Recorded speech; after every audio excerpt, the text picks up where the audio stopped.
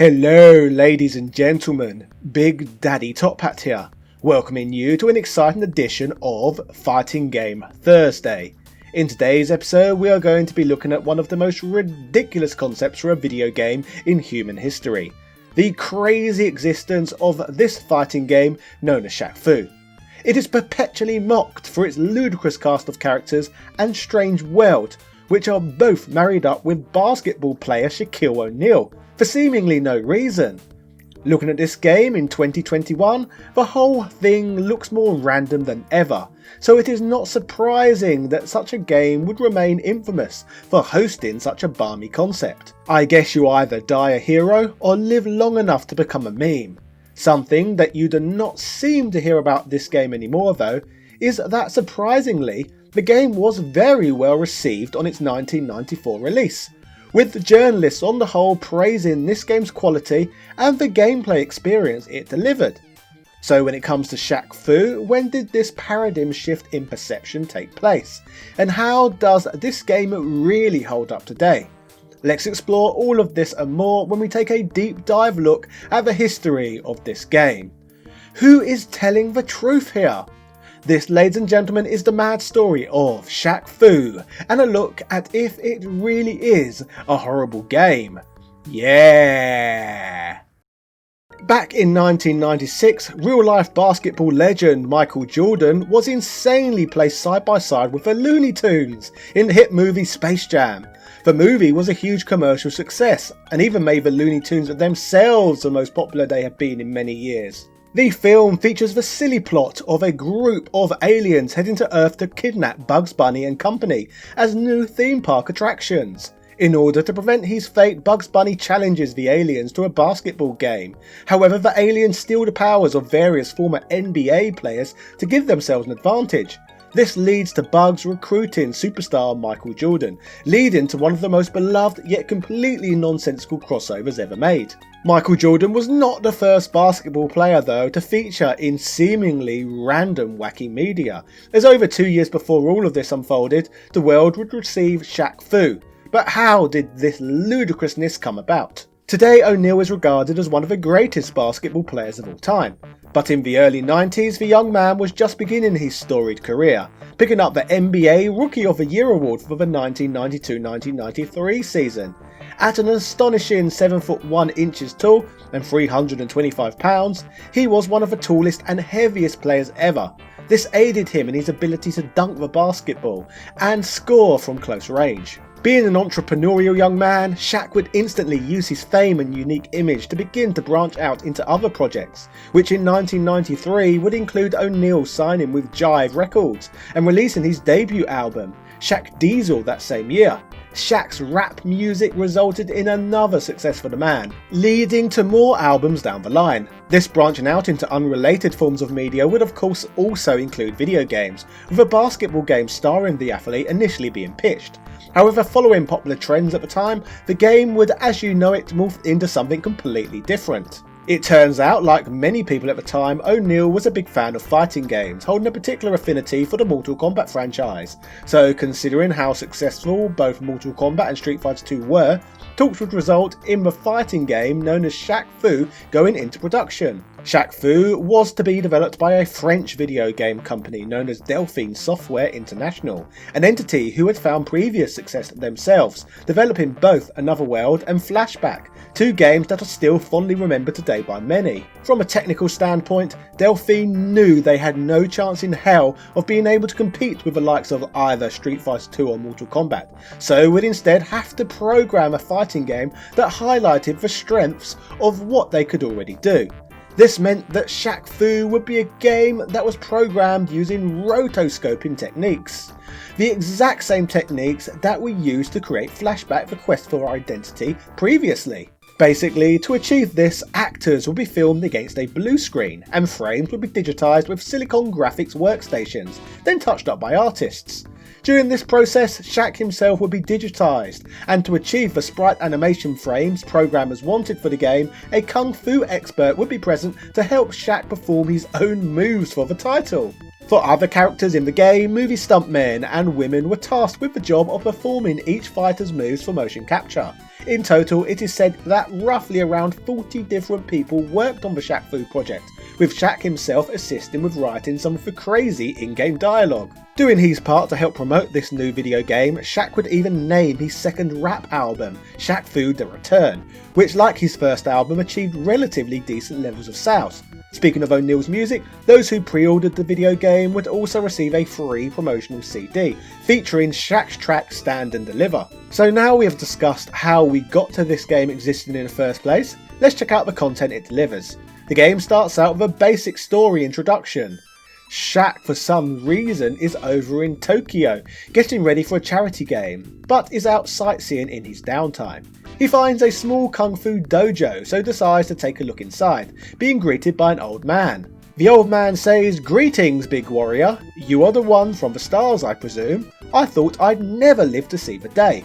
Shaq invites the old man to the game, informing the old man it will be a tough match, even though it's for charity. It is here when, seemingly for no reason, the old man informs Shaq that he must hurry and save the little boy Nezu, which he can achieve if he really is the magic one.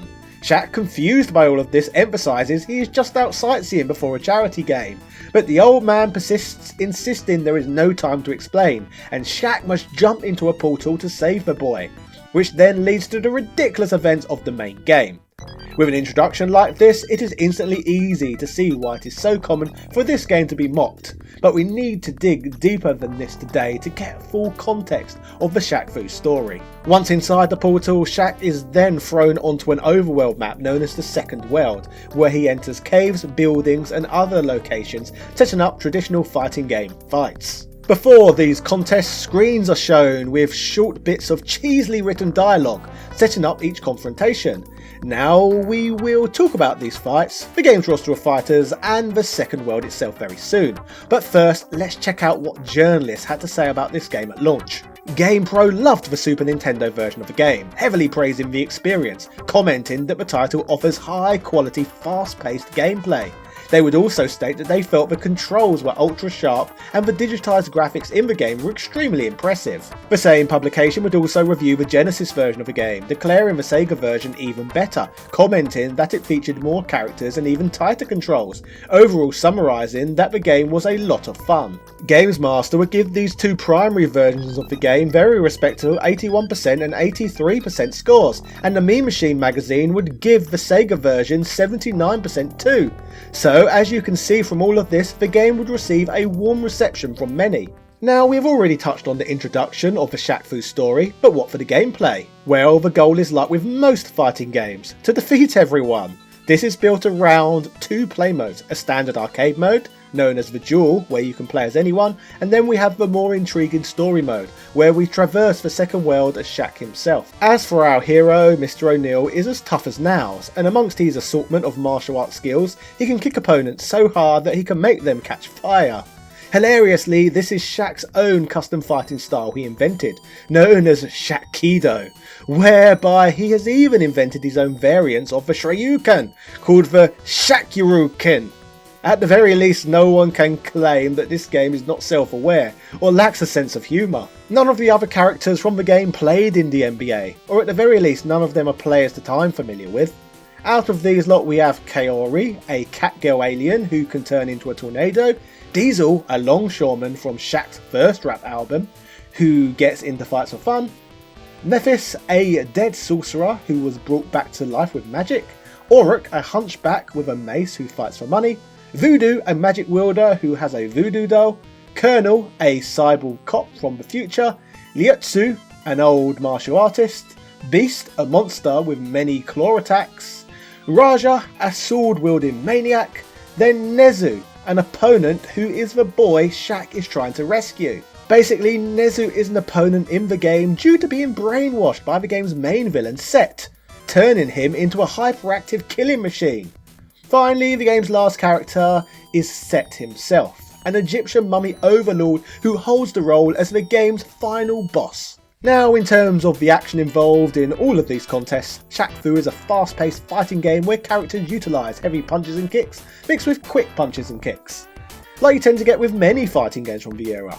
There is also a move boost button that, when paired with a directional tap, makes fighters move more rapidly. Performing this combination close to opponents can also allow players to perform unblockable throws, and holding down paired with the boost button allows fighters to put up barriers that block many attacks. Combinations of buttons can be used to shoot projectiles and perform other more complex maneuvers. The game also took a leaf out of other fighting games books by including a super gauge, known in this game's case as the Fury meter.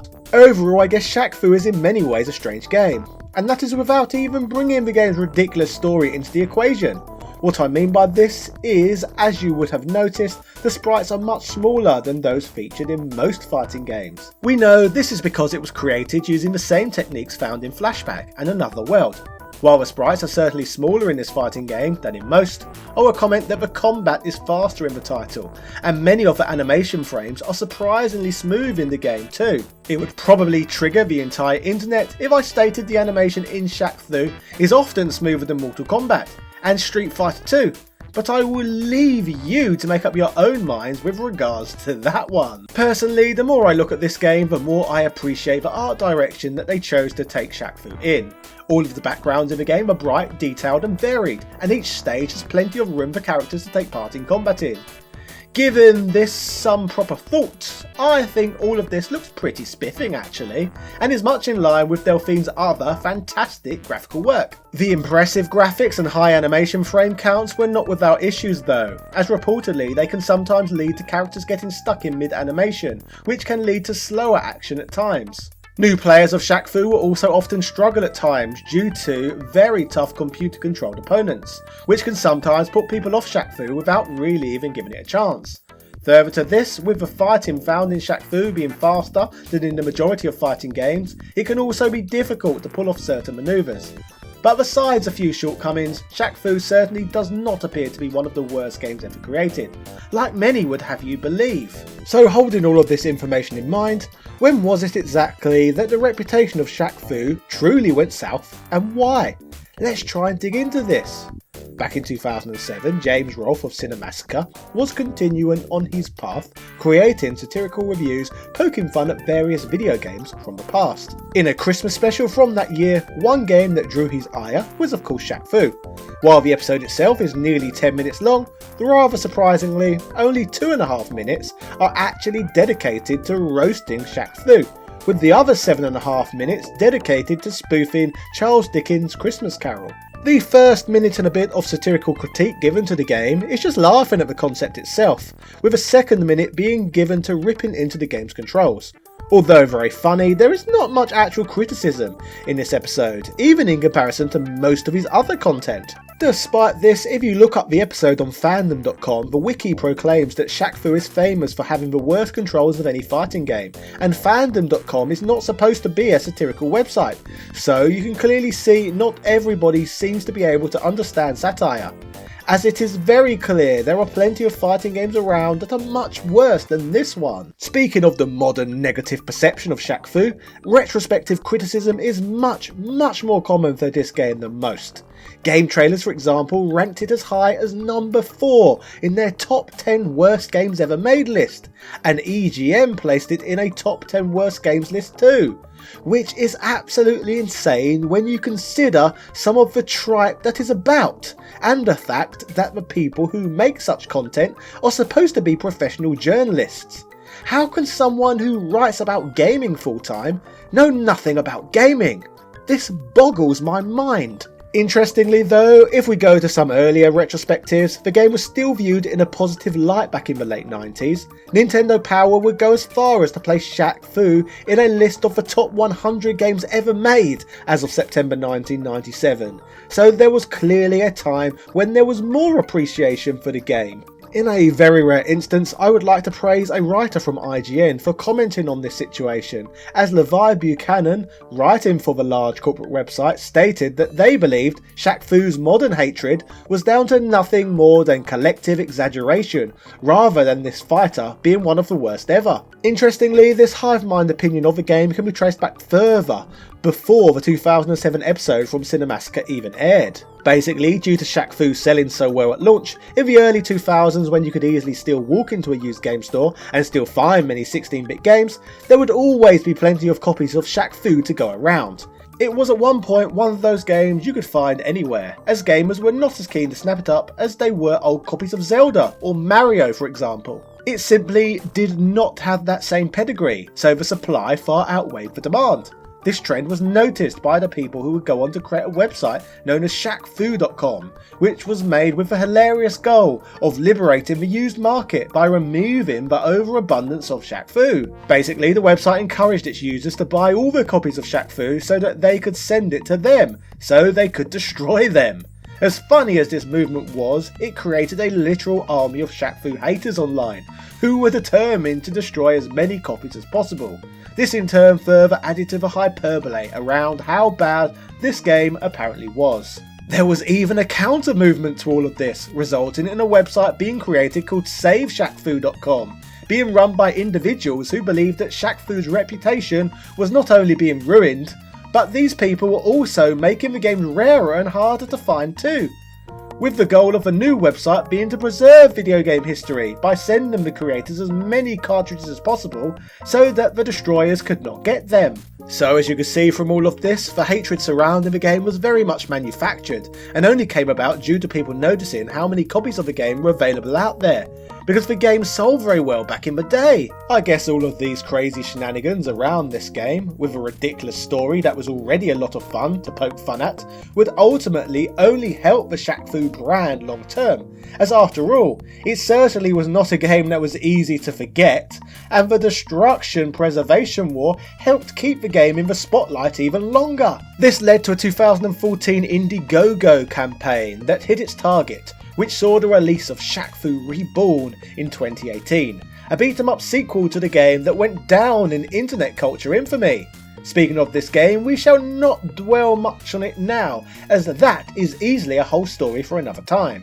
But it is hilarious in many ways that Shaq Fu spawned a sequel, especially so many years on. With regards to the 1994 Shaq Fu, to answer the initial question in my video's title and thumbnail, Shaq Fu may not be one of the greatest games ever, but it is certainly not a horrible game either, and at the very least it offers some unique graphics and a hilarious story, which is always fun to look at and retread. So ladies and gentlemen, that was the mad story of Shaq Fu. Let me know in the comment section which other games you think get a collective bad rap, despite not being too offensive at all. I'll be curious to hear your thoughts. If you enjoyed this breakdown, why not like and subscribe and check out my Teenage Mutant Ninja Turtles video, where I gave that game the same treatment. As you can see, I do not get a great deal of views by making this obscure content, so my videos are partially funded by the amazing people who back this channel over on Patreon, who I presently give an additional video to every week if they back my channel for $5 a month or more. There is currently 8 videos in that backlog which you can go and enjoy, so why not check out my Patreon page if you would like to learn more.